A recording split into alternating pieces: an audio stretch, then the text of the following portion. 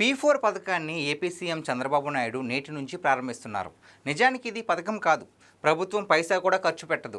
కేవలం దాతలు పేదల మధ్య ఓ అనుసంధానకర్తగా మాత్రమే ఉంటుంది. ఈ పథకంపై చంద్రబాబుకు ఓ విజన్ ఉంది. డబ్బులు ఉన్నవాళ్ళు, జ్ఞానం ఉన్నవాళ్ళు, సమాజ సేవలపై ఆసక్తి ఉన్న వాళ్ళ సాయంతో సామాజికంగా ఆర్థికంగా వెనకబడిపోతున్న వారికి చేయూత అందించేందుకు ఈ ఆలోచన చేశారు. ఈ కాన్సెప్ట్ పూర్తి స్థాయిలో అర్థమైన వారికి చాలా అద్భుతంగా ఉంటుంది. కానీ ఒకవైపే ఆలోచించే వారికి సమస్యగా ఉంటుంది. అయితే ఎలాంటి కార్యక్రమాల్లో బలవంతంగా ఎవరితోనూ పనులు చేయించలేరు, సాయం కూడా చేయించలేరు. బలవంతంగా చేయించాలని ప్రభుత్వం అనుకుంటే మాత్రం ఫెయిల్ అవుతుంది.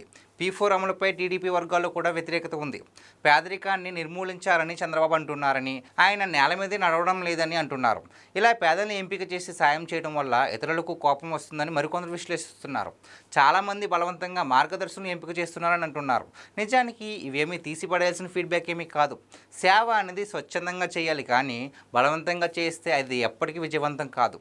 మార్గదర్శుల ఎంపికలో బలవంతం ఉంటే P4 100% ఫెయిల్ అవుతుంది.